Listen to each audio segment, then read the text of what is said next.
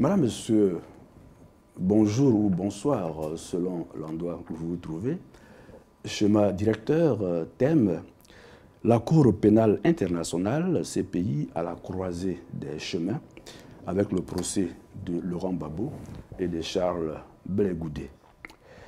Le procès du président Laurent Gbagbo et de Charles Blé Goudé, on se rappelle, a repris à La Haye, mercredi et vendredi 19 janvier, avec le dernier témoin à charge. Il s'agissait du professeur Yapo Ete Hélène, médecin légiste et témoin expert de Fatou Ben Souda.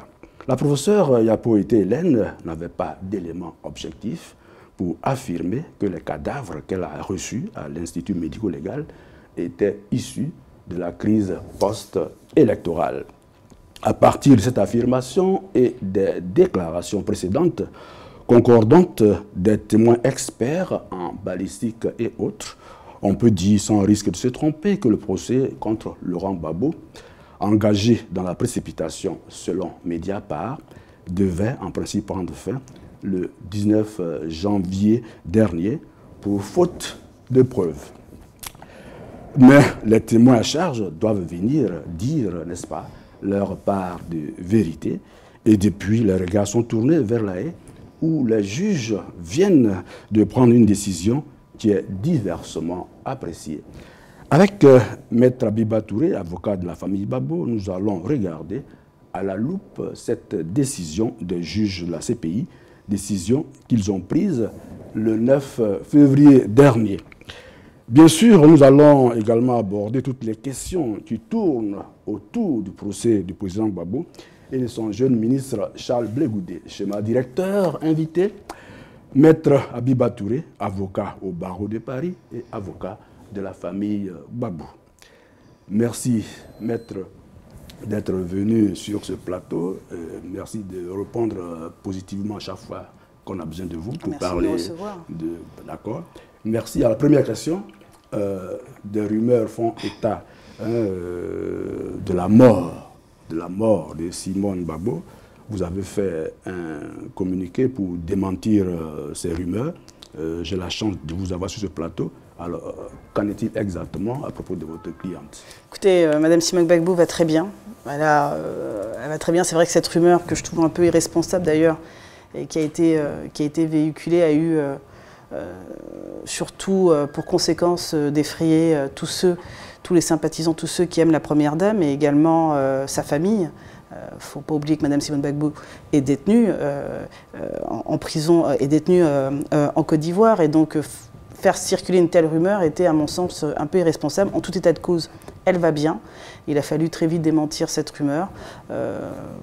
Voilà, donc elle se porte bien, il n'y a pas de difficulté par rapport à ça. Et il est bien évident que s'il y avait toute difficulté en ce qui concerne sa santé, on aurait fait cas, ne serait-ce qu'on aurait informé l'opinion publique de cela. Maître, on dit comme ça qu'il n'y a jamais de fumée sans feu. Alors, selon vous, d'où seraient parties ces rumeurs? Ah, mais écoutez, l'origine de la rumeur, elle n'engage que ses auteurs. Et puis, si on veut jouer au jeu de « il n'y a pas de fumée sans feu », trouvez-moi la fumée de toutes les calomnies, surtout dans la crise ivoirienne qu'on a pu avoir. Mais de manière générale, non, là, c'était une rumeur qui est fondée sur rien. La première dame Simone Gbagbo, non seulement est bien vivante, mais elle se porte bien. Donc, à partir de ce constat, on ne pouvait que démentir cette rumeur et regretter qu'elle ait pu être véhiculée en effrayant, en apeurant tous les proches de la première dame Simone Gbagbo, et elle-même, ça l'a profondément agacée. Je l'ai dit en introduction, les juges de la Chambre préliminaire 1, c'est ça, hein? Oui. Ont pris une décision le 9 février dernier, une décision qui est difficile à comprendre pour nous autres néophytes du droit. Alors, maître, expliquez-nous cette décision. Tout le monde parle, n'est-ce pas, de requalification des charges contre Laurent Gbagbo et Charles Blé Goudé. Qu'en est-il? Vous savez, toute décision concernant le procès du président Laurent Gbagbo... C'est des termes ésotériques. Oui, en tout cas, ça amène à des extrapolations et à des interprétations vraiment, pour le coup, qui ne correspondent pas nécessairement à la réalité, en tout cas, du dossier. En l'espèce, c'est qu'une décision de procédure. C'est-à-dire qu'il s'agit de déterminer comment, pour le reste, maintenant que l'accusation a fini de présenter tous ses témoins, comment le reste doit se dérouler. Et dans le cadre de cela, les magistrats ont demandé à l'accusation de présenter un mémoire d'instruction, c'est-à-dire un mémoire dans lequel elle va illustrer, en tout cas, tous les chefs d'accusation qui ont été retenus contre le président Laurent Gbagbo, avec les différents témoins qui sont passés durant maintenant un peu plus d'1 an et demi. Donc voilà ce qu'il en est. Il s'agissait qu'une décision de procédure. Il n'est absolument pas demandé à l'accusation de requalifier ses charges, non. Il n'est absolument pas demandé à l'accusation d'abandonner ses charges, ce n'est pas du tout l'objet. Ce qui est par contre demandé à l'accusation, c'est voilà, on a entendu tous vos témoins, donc maintenant présenter un mémoire dans lequel vous indiquez les charges que vous retenez, ou en tout cas si vous devez en abandonner, bah, vous ferez une requête à cette fin pour dire que vous abandonnez des charges, mais si vous ne le faites pas, en tout cas, au regard des témoins, vous devez illustrer toutes les accusations que vous avez portées. Parce que le témoin, il ne doit pas être là pour faire beau, il est censé là pour illustrer les accusations portées contre le président Laurent Gbagbo et le ministre Charles Blé Goudet. Donc c'est ça qui est demandé à l'accusation, c'est ce à quoi elle doit se plier.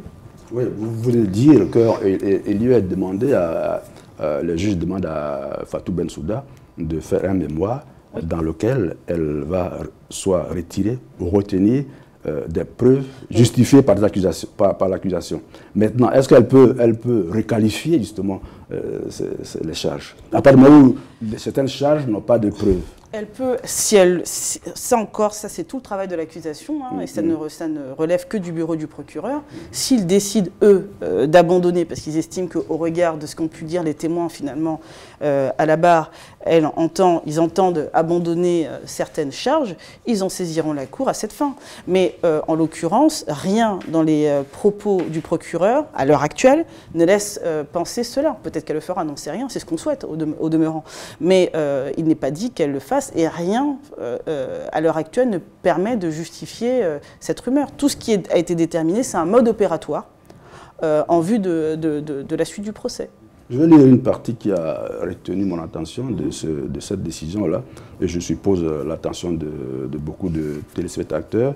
À ce stade, conformément à ses pouvoirs et responsabilités statutaires et en vue de son obligation d'assurer l'équité et la célérité du procès, la Chambre estime en effet nécessaire d'inviter le procureur à déposer un mémoire contenant un exposé détaillé de son affaire à la lumière des témoignages entendus et des preuves documentaires présentées au procès. Plus précisément, elle devrait indiquer à la Chambre de quelle manière, selon elle, les éléments de preuve appuient chacun des éléments des différents crimes et formes de responsabilité incriminée. Qu'est-ce que ça veut dire concrètement? C'est ce que je venais de vous indiquer. Ouais. C'est-à-dire que pour chaque chef d'accusation, le bureau du procureur doit indiquer, voilà, nous avons par exemple, concernant les femmes d'Abobo, nous estimons que le président Laurent Gbagbo est auteur, co-auteur, indirect, tout ce que vous voulez, des événements intervenus concernant les femmes d'Abobo, et nous avons tel et tel et tel témoin qui corroborerait, selon elle, selon l'accusation, cette accusation. Voilà, c'est ça qui est demandé au bureau du procureur, c'est-à-dire d'illustrer, c'est-à-dire, parce que c'est un peu gros de faire passer 82 témoins pour ne pas s'en servir. Vous voyez, donc c'est-à-dire que chaque témoin qu'elle a fait passer, elle doit expliquer, l'accusation doit expliquer en quoi ça vient prouver les accusations portées contre le président Laurent Gbagbo et contre le ministre Charles Blé Goudet. En quoi? Et elle doit argumenter à partir de cela. C'est une lourde tâche qui l'attend, mais... Mais maître, ce que je ne comprends pas, c'est que durant tout le procès, il y a des greffiers qui prennent note. Tout ça, bon, c'est maintenant au juge de décider in fine. Oui, c'est des milliers et des milliers de pages. Le juge, la juridiction, pourquoi elle décide ça? C'est dans le souci d'une bonne administration de la justice, c'est-à-dire de faire gagner du temps, parce que en 50 pages, en 20 pages. Alors ils ont dit un peu plus de 20, enfin il y aurait eu un peu plus de 20 pages, il y a une tolérance, mais un peu plus. Mais quoi qu'il en soit, c'est que chacun, dans un procès, chacun doit être à sa place. Et chacun doit faire, et il ne revient pas à une partie ou aux magistrats chargés justement de juger, il ne leur revient pas de faire le travail de l'accusation, ni à la défense de pallier ou à la cour de pallier la carence de l'accusation. L'accusation a eu l'initiative de poursuite contre le président Laurent Gbagbo et le ministre Charles Bégoudé. Donc la Cour dit très bien, personne ne vous a imposé les témoins, vous les avez choisis, vous avez voulu qu'ils viennent, qu'ils comparaissent, qu'ils témoignent. Bon, très bien. Donc maintenant, au regard de l'accusation que vous portez et des témoins qui ont comparu, expliquez-nous en quoi chacun des témoins, en quoi chacune de ces preuves illustre, corrobore, confirme, va dans le sens de chaque accusation que vous portez contre les accusés, à savoir le président Laurent Gbagbo et le ministre Charles Bégoudé. Et c'est en cela que le travail, à mon sens, du bureau du procureur va être extrêmement difficile. Mais est-ce que cette démarche des juges de la Chambre ne sous-entend pas un manque de preuves? Non, je ne pense pas qu'il faut voir la chose comme ça. C'est-à-dire que dans tout procès, encore une fois, je le disais, c'est qu'il ne revient pas au magistrat du siège, il ne revient pas à la cour, il ne revient pas au juge de pallier la carence d'une partie. C'est-à-dire ce qui est demandé. Le juge, il est là pour juger. Donc si vous voulez que le juge juge, encore faut-il que vous lui disiez, que vous lui indiquiez, voilà, je vous demande, j'accuse monsieur Laurent Gbagbo et monsieur Charles Bégoudé de ça, et voici les éléments que je présente. Voilà, et le juge, qu'est-ce qu'il demande? Il dit, présentez-moi des éléments concrets, faites-moi un mémoire pour que je puisse voir exactement, au regard de tout cela, ce qu'il en est. Donc ce n'est pas, je pense qu'il ne faut pas surinterpréter la décision de la Cour en indiquant, bon, peut-être que c'est un message subliminal qu'on essaierait de faire passer, qui supposerait que... Non, mais j'entends, mais après moi je suis juée, je suis avocate, je dois quand même recadrer et resituer. Ce n'est pas étonnant, au demeurant, dans le cas de la procédure normale. C'est parfaitement logique, c'est-à-dire l'accusation doit faciliter, toutes les parties sont censées quand même faciliter le travail du magistrat pour permettre de rendre justice, d'une manière ou d'une autre. Il est évident que, mais ça c'est devant toute juridiction, si vous venez juste en portant des accusations et en ne démontrant pas en quoi ces accusations seraient corroborées par des éléments de preuve concrets et objectifs, bon, ça ne saurait prospérer. Et donc finalement, ce qui est demandé à la Cour, c'est juste au regard, vous vous rendez compte, plus de 82 témoins, bon, alors avec des transcriptions. Donc, non, en gros, ils disent, bon d'accord, bon, alors, le témoin numéro tant, vous l'avez fait citer pour quelle accusation, pour quel chef d'accusation vous l'avez fait citer. Voilà. Et qu'est-ce qu'il dit qui, selon vous, serait constitutif de, ou permettrait de constituer les crimes que vous imputez au président Laurent Gbagbo ou au ministre Charles Bégoudé. Voilà. À propos des témoins, il était prévu 138 qui devaient venir à la barre. Finalement, il y en a eu 82. Qu'est-ce qui a fait que c'est 56? Ça, c'est l'accusation qu'il faudrait poser la question, parce que malheureusement, ou heureusement pour moi, je ne suis pas le porte-parole de l'accusation, mais ce qui est certain, c'est que l'accusation a décidé de renoncer à une partie de ses témoins, dont acte, très bien.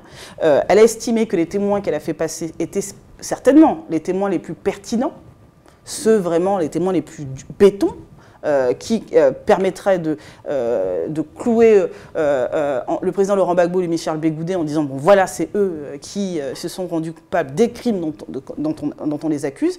Bon, très bien.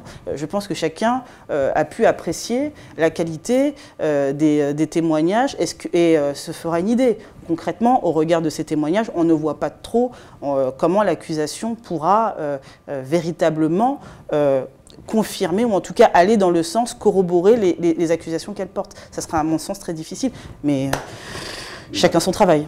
Dans le point 11, je reviens à la décision. Dans le point 11, je vais prendre une petite partie qui a retenu mon attention également.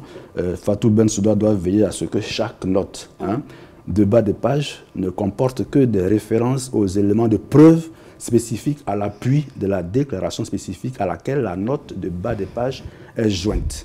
Éviter de faire référence à des preuves en vrac. Oui. Mais tout ça, encore une fois, c'est pour faciliter le travail de la Cour qui doit rendre une décision.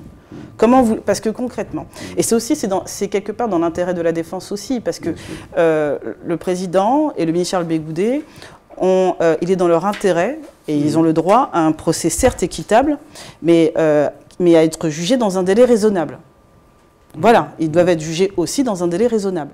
Donc il est évident que si vous avez des preuves en vrac, si vous avez des notes de bas de page qui ne se réfèrent pas aux pièces telles que numérotées, ça ne fera que alourdir la charge de travail de la Cour et ne participe pas à une bonne administration de la justice, en tout cas rendre. Donc c'est en ce sens-là que, à mon sens, la Cour a demandé, la Chambre a demandé au procureur d'être rigoureux, et non seulement dans la rédaction de son mémoire, mais en illustrant clairement, voilà, vous me dites ça, bon, illustrez-moi point par point ce que vous avez indiqué avec des notes de bas de page pour que ce soit clair et que je n'ai pas, moi, juge à...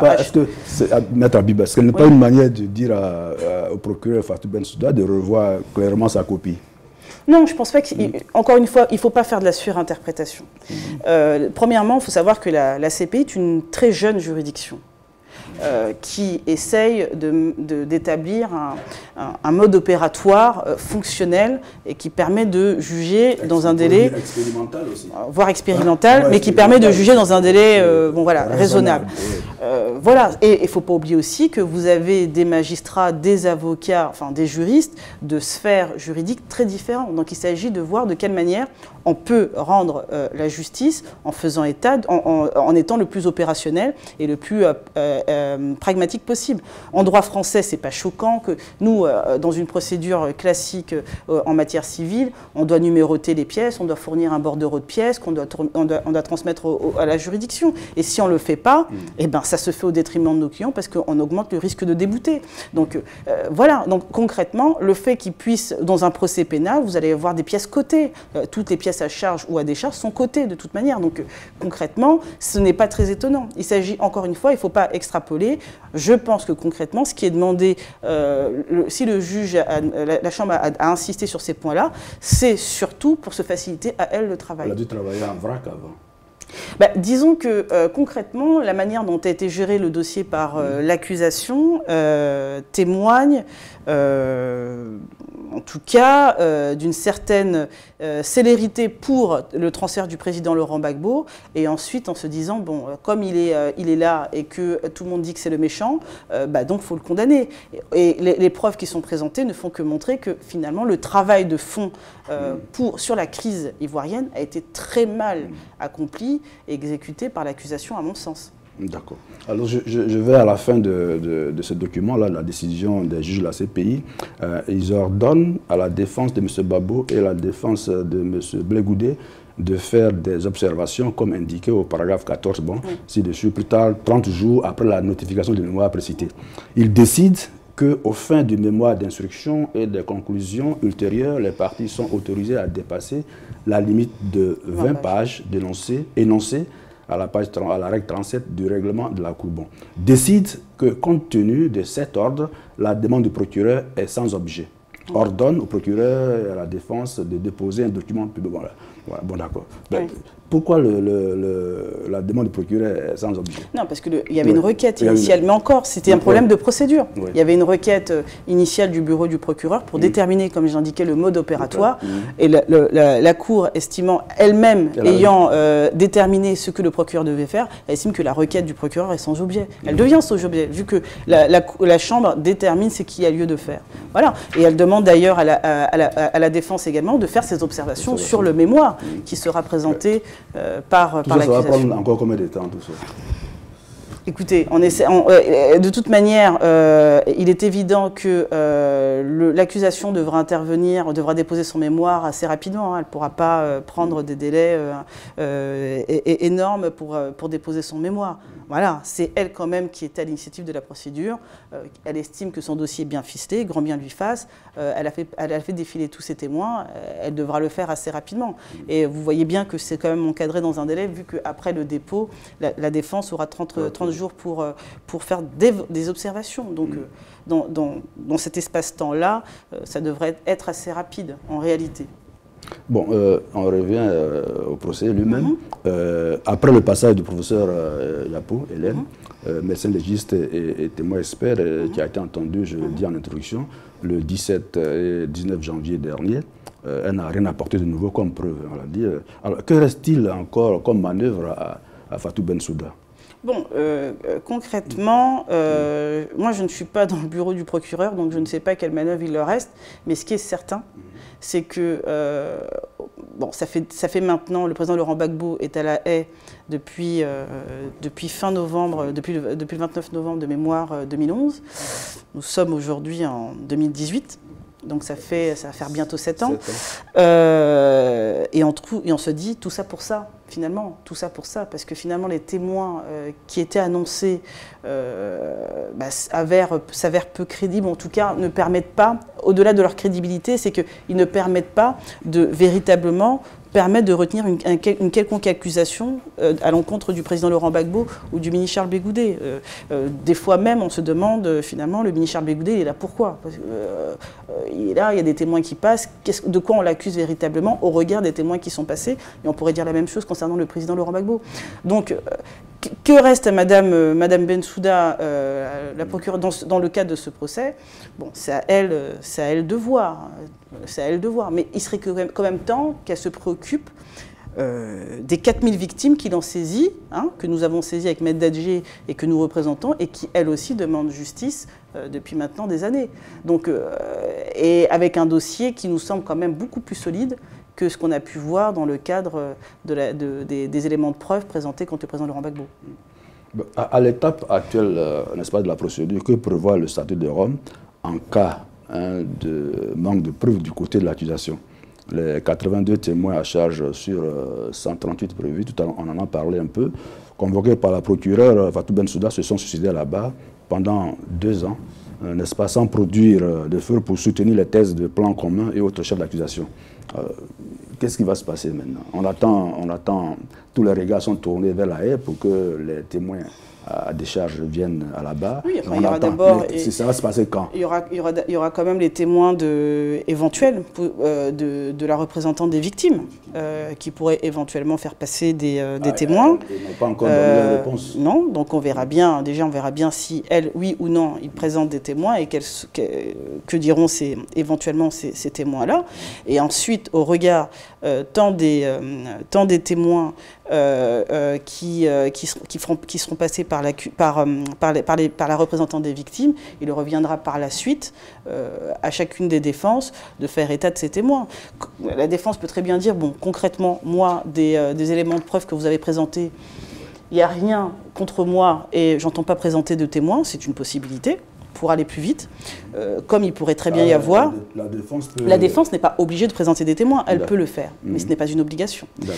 Maintenant, on estime qu'au regard des accusations portées, il est peut-être plus sage de présenter certains témoins pour venir conforter l'innocence du président Laurent Gbagbo et du ministre Charles Blé Goudet, mais ce n'est pas une obligation en soi. On peut très bien dire, vous aviez la charge de la preuve, vous n'apportez aucune preuve pour porter l'accusation, donc on en reste là, et puis on fait tout pour que l'affaire soit mise en délibéré le plus rapidement possible. Mais comme la défense a parfaitement le droit de présenter sa liste de témoins, voilà, qui feront l'objet dans ce cas-là d'un interrogatoire et d'un contre-interrogatoire par l'accusation. Maître, est-ce qu'il y a un délai qui s'impose au juge de la CPI pour faire comparaître les témoins à décharge, selon le statut de Rome? C'est pas qu'il a un délai. Il est évident que si la procédure va prendre plus de temps, autant il y aura de témoins, si la défense veut faire passer 100 témoins, elle fera passer 100 témoins et ça prendra le temps. C'est clair. Et on ne pourra pas dire, on ne pourra pas faire le reproche par la suite de dire bon, bah, le procès prend du temps, pourquoi le procès prend autant de temps? Parce qu'on aura aussi fait le choix de faire présenter un certain nombre de témoins. Vous voyez ce que je veux dire? Donc concrètement, le président de la Cour, bah, il préside, c'est-à-dire il essaye de gérer. Alors s'il estime qu'il y a des manœuvres dilatoires, il peut intervenir effectivement, mais dans le cadre de l'exercice des droits de la défense, il serait quand même aberrant qu'il intervienne ou en tout cas qu'il mette en difficulté, et je ne pense pas qu'il le fasse au demeurant, il n'y a pas de raison, la défense du président Laurent Gbagbo ou du ministre Charles Blé Goudet. Donc le procès est aussi conditionné, la durée du procès est aussi conditionnée par les preuves ou les témoins à décharge qui pourraient être présentés. D'accord. On se rappelle que la Chambre d'appel de la CPI avait relevé 3 erreurs principales. Elle reprochait au juge de la Chambre de première instance de ne pas avoir tenu compte notamment du temps de délai passé par Laurent Gbagbo en prison presque déjà 7 ans, tout à l'heure vous en avez parlé un peu. Est-ce que ces avocats vont encore introduire une 13e demande pour sa liberté provisoire? Il est évident qu'il doit y avoir autant de demandes de mise en liberté nécessaires pour parvenir à la libération du président Laurent Gbagbo. Voilà. Ça, je pense qu'il faut être clair. On ne peut pas juste se limiter à dire que bon, ben, il doit être jugé, il doit être jugé, il doit être jugé, donc on le maintient en prison. Le président Laurent Gbagbo, et ça a été répété dans le cadre des demandes de mise en liberté provisoire qui ont fait l'objet d'une décision infirmé en appel, renvoyé devant la chambre préliminaire qui a ensuite rejeté la demande de mise en liberté. Mais le principe élémentaire, important, c'est que le président Laurent Gbagbo est présumé innocent. Et que, effectivement, ça fait tout de même 7 ans qu'il est détenu, tout en étant présumé innocent. Le délai est anormalement long au regard d'une procédure pénale classique, et donc il devrait pouvoir bénéficier d'une mise en liberté provisoire. C'est ce sur quoi on se bat. Bon, face à cela, on va vous répliquer, oui, mais il peut fuir. C'est l'argument choc à chaque fois de l'accusation. Si on le libère, il va fuir. Bon, et c'est ce que souvent d'ailleurs je dis, quelqu'un qui n'a pas fui sous les bombes le 11 avril 2011, c'est pas aujourd'hui qu'il va fuir. Ça n'a pas de sens. Surtout qu'aujourd'hui, le procès met en évidence l'absence totale de preuves contre lui. Donc quel intérêt il a aujourd'hui de fuir? Encore si le procès n'était pas dans son intérêt, à son avantage, on aurait pu dire, bon, oui, il y a peut-être un risque, mais concrètement, tous ceux qui objectivement ont assisté ou regardent le procès voient bien qu'il n'y a pas de preuves sérieuses qui pourraient permettre à une condamnation du président Laurent Gbagbo. Pourquoi fuirait-il? Et ce n'est pas dans sa logique. Le président Laurent Gbagbo n'a jamais fui de sa vie, c'est pas aujourd'hui qu'il va commencer. On va revenir à la révélation de Mediapart. Cette révélation laisse croire que l'arrestation du président Gbagbo était planifiée au départ, avant même que l'institution ne soit saisie. Dans cette affaire, on parle de la CPI. Le procureur de la CPI n'ayant pas de mandat pour faire une telle requête, alors que le procès de Laurent Gbagbo à la Cour pénale internationale se poursuit actuellement à La Haye. Une enquête publiée par le site français, je l'ai dit, Mediapart, vient redistribuer, n'est-ce pas, les cartes de cette bataille judiciaire à rebondissement. Quel est votre commentaire sur... Bon, je ne pense pas que Mediapart redistribue les cartes judiciaires, mais les révélations de Mediapart ont pour mérite de mettre en évidence tous les travers qui sont déroulés dans le cadre du bureau de l'accusation et qui m'ont toujours fait dire que le bureau de l'accusation, malheureusement, avec le procureur à sa tête, donne l'impression de faire plus de politique que du judiciaire. Bon, parce que, sincèrement, demander à ce qu'on détienne un homme le temps qu'on le transfère à la CPI, alors que la Cour n'était même pas encore saisie, que le bureau du procureur n'était même pas encore autorisé à mener des poursuites, est gravissime. Ça montre quoi? Ça montre que le bureau du procureur n'agit pas comme il était censé le faire dans le cadre de la situation ivoirienne de manière impartiale, en disant voilà, je vais mener mes investigations sur le terrain, sur les crimes intervenus, ou en tout cas que je constate pour essayer de voir qui en est responsable. C'est qu'elle est partie du principe que le président Laurent Gbagbo était responsable, qu'il fallait l'arrêter.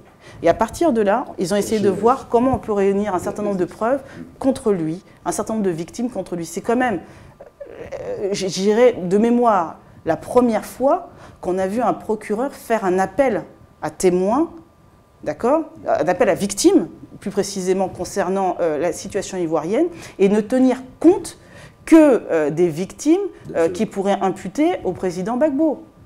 Voilà ce qui s'est passé. C'est parce que, concrètement, quand il y a eu l'appel, on a demandé aux gens de se manifester. C'est ce qu'a demandé le procureur Ocampo à l'époque, en demandant « manifestez-vous auprès de la Cour pour dénoncer les crimes que vous avez pu subir durant la crise ivoirienne ». Vous avez des victimes qui se sont manifestées.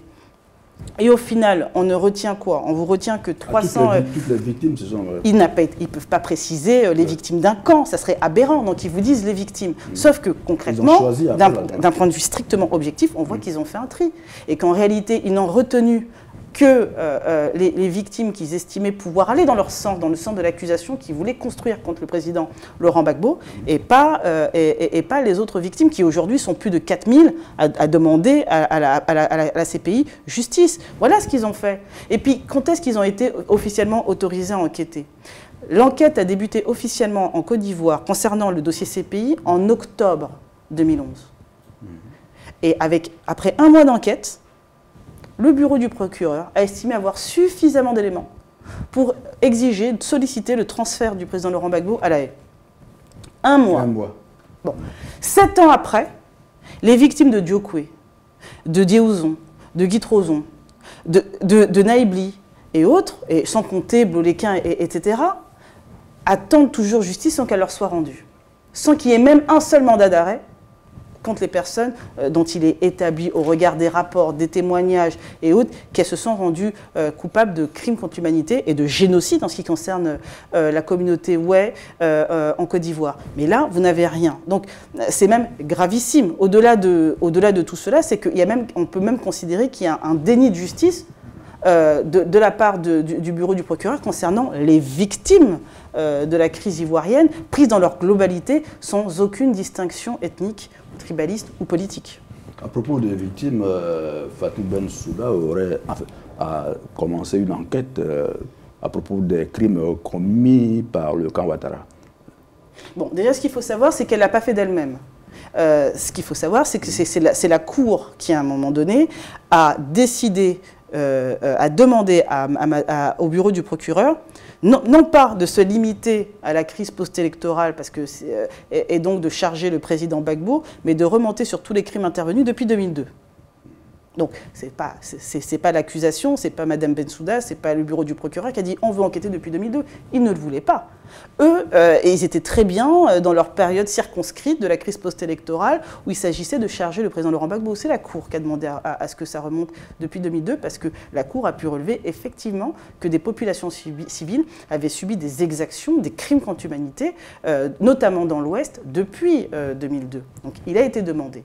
Et depuis lors, que dit le bureau du procureur? Oui, on mène des enquêtes, laissez-nous le temps, on mène des enquêtes. Moi, ce que je vois en réalité, c'est que Mme Bensouda, l'impression qu'elle me donne, c'est qu'elle veut gagner du temps. Comme elle termine son mandat aux alentours de 2020-2021, d'accord? Elle se dit, je gagne du temps, et après, je pars, je laisse le dossier à mon successeur, qui le fera en se disant évidemment que lui aura peut-être d'autres priorités, et voilà comment on endort le dossier ivoirien et des exactions qui sont intervenues notamment dans l'Ouest, en ayant sacrifié, d'un point de vue strictement politique, le président Laurent Gbagbo qui, encore aujourd'hui, est dans les liens de la détention. Donc voilà le schéma, mais qu'on se refuse à laisser faire. Il n'est pas normal. Au-delà de tout cela, ce n'est pas normal. Pourquoi? Parce qu'il s'agit quand même, la question fondamentale est la question de la paix en Côte d'Ivoire. Vous ne pouvez pas laisser des gens dans l'impunité totale et penser qu'il n'y aura pas, pensez que vous ne lancez pas un message aux populations civiles. Qu'est-ce que vous êtes en train de dire aux populations civiles? Vous êtes en train de dire aux populations civiles de ne plus croire en la justice. Si les gens ne croient plus en la justice, ils se font justice eux-mêmes. Parce qu'il ne faut pas croire que vous allez pouvoir violer, massacrer des populations civiles sans qu'à un moment donné, des gens cherchent à se venger. Donc en réalité, l'attitude du procureur est complètement irresponsable au regard même de ce qu'ont subi ces populations civiles, qui pour certaines sont encore dans des camps de réfugiés au Ghana et dans toute la sous-région, et qui pour d'autres, finalement, sont cloîtrées chez elles, ont peur, mais en même temps se désespèrent de la justice quand elles voient l'attitude du bureau du procureur. Et puis il y a une chose aussi très choquante. Vous avez quand même M. Ocampo, quand il était encore procureur, qui avait adressé une lettre de félicitations à M. Soro, qui est quand même l'un des acteurs de cette crise ivoirienne et qui est quand même suspecté de graves crimes contre l'humanité. Est-ce le rôle d'un procureur qui est censé enquêter sur des crimes et non pas sur des individus, et non pas sur des camps, mais sur des crimes intervenus dans une zone déterminée? Est-ce vraiment son rôle que d'envoyer une lettre de félicitation à M. Soro lorsqu'il a été propulsé à l'Assemblée nationale, à la présidence de l'Assemblée nationale en Côte d'Ivoire? Est-ce vraiment son rôle? Qu'est-ce que cela dit de la justice internationale lorsqu'on est très critique concernant la justice ivoirienne? Qu'est-ce que cela dit de la justice internationale, une telle attitude du bureau du procureur? Le président Laurent Gbagbo et ses co-accusés, je reviens un peu en Côte d'Ivoire, ont été condamnés à 20 ans de prison pour avoir, dit-on, braqué la Banque centrale des États de l'Afrique de l'Ouest, BCAO. Alors, quel lien pourrait-on établir entre le procès à la CPI et puis cette condamnation? Écoutez, alors là aussi, voilà, là encore, on est vraiment dans le grand n'importe quoi. Voilà une procédure où on juge des individus, on poursuit des individus, on les juge pour le cas de la BCAO, dont le président Laurent Gbagbo, mais sans faire citer le président Laurent Gbagbo. C'est-à-dire qu'on est dans une procédure où il est poursuivi, mais sans avoir été convoqué par la justice ivoirienne. C'est quoi cette justice? Si demain je dois vous juger, n'importe quelle justice, on va vous convoquer, on va vous demander de comparaître. D'accord? Surtout que ce n'est pas comme si les autorités ivoiriennes ne savaient pas où se trouvait le président Laurent Gbagbo. Elles savent très bien où est-ce qu'il se trouve. Mais il n'a jamais été convoqué. Il n'a jamais su, il n'a jamais été informé d'une quelconque procédure le concernant. Voilà ce qui est aberrant. Et puis on apprend comme ça, bon voilà, bah oui, mais on le condamne. Bon, on est encore dans l'ubuesque, hein, mais plus rien ne m'étonne quant au fonctionnement malheureusement de la justice ivoirienne qui, comme je le répète souvent, est une justice aux ordres. C'est une justice politique et c'est pas une justice judiciaire, donc j'en veux même pas. Donc c'est même pas un travail de juriste qui a été fait, c'est juste, voilà, ça donne l'impression d'avoir été juste l'application d'instructions politiques et c'est bien malheureux. Est-ce qu'il y a un lien entre les deux? Parce que demain, Laurent Gbagbo est libéré à la CPI. Il a encore 20 ans à faire en Côte d'Ivoire de prison. Est-ce que vous ne faites pas de lien avec les deux affaires? Peut-être qu'effectivement, vu que le procès prend l'eau complètement de toutes parts à la CPI, ils se disent, bon, on va le condamner ici, comme ça, on lui passera l'envie de revenir en Côte d'Ivoire. Bon, premièrement, le président Laurent Gbagbo, ce n'est pas un homme qu'on intimide. Donc, ce n'est pas cette condamnation qui va, s'il doit un jour retourner en Côte d'Ivoire, qui va l'empêcher de rentrer en Côte d'Ivoire. Il ne fonctionne pas comme ça, premièrement. Deuxièmement, ce procès, encore une fois, nous considérons pour notre part que le président Laurent Gbagbo n'a pas été jugé. Il n'a pas comparu, il n'a pas été convoqué. Il n'a pas été jugé. Si véritablement on devait le poursuivre par rapport à ça, encore faut-il le convoquer, encore faut-il qu'il puisse faire part de ses moyens de défense, mais pas en faisant un procès dans son dos. Parce qu'en gros, c'est ça. On met une procédure dans son dos et puis bon, on le condamne tellement il fait peur, manifestement. Avec le président Gbagbo, il y avait son premier ministre, Joseph-Marie Akengbo, il y avait Justin Katina, Koné, ancien ministre du budget et porte-parole du président.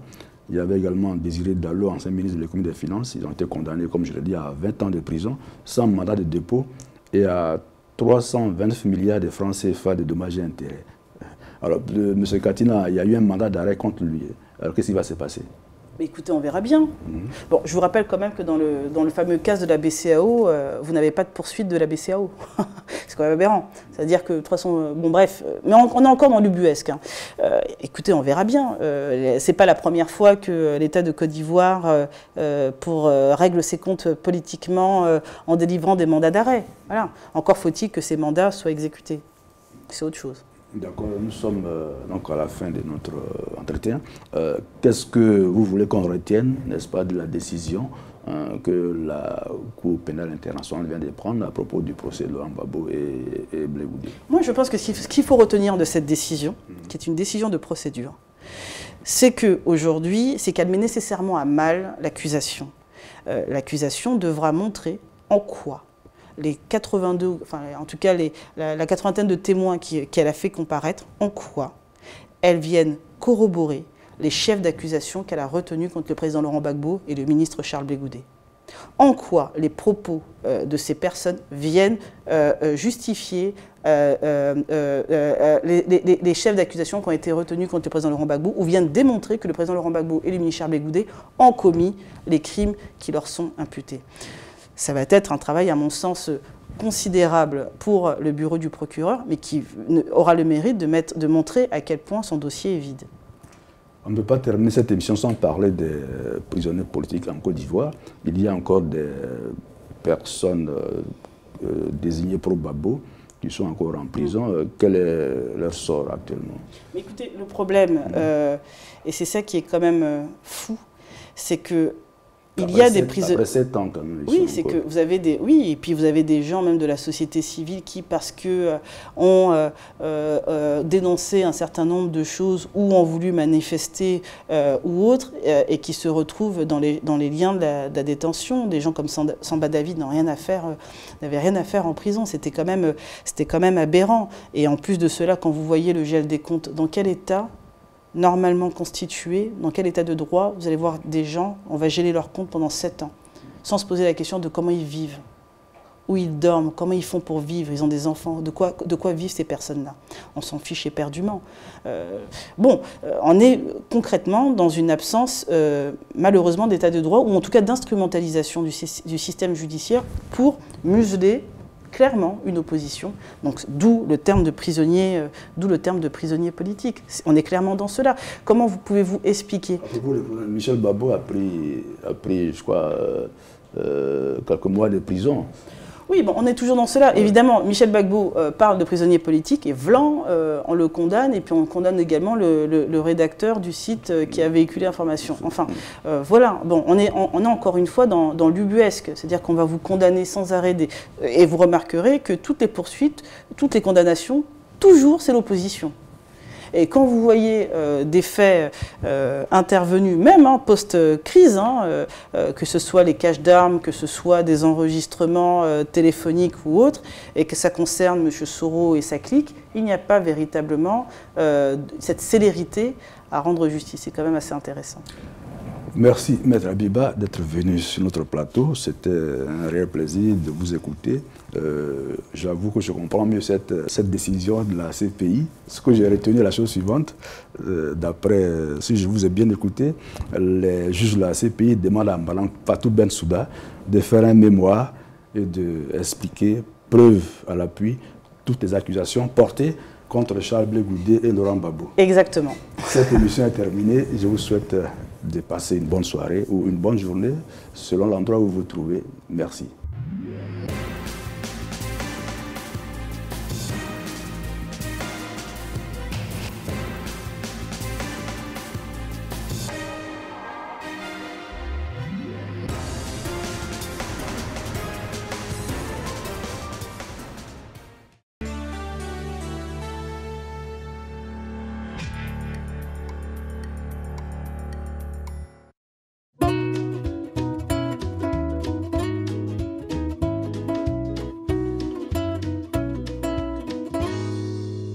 Pour toutes vos stratégies de communication, vos manifestations politiques et culturelles, vos conférences et séminaires de formation, pour toutes vos cérémonies de mariage et de baptême, vous avez désormais une adresse professionnelle.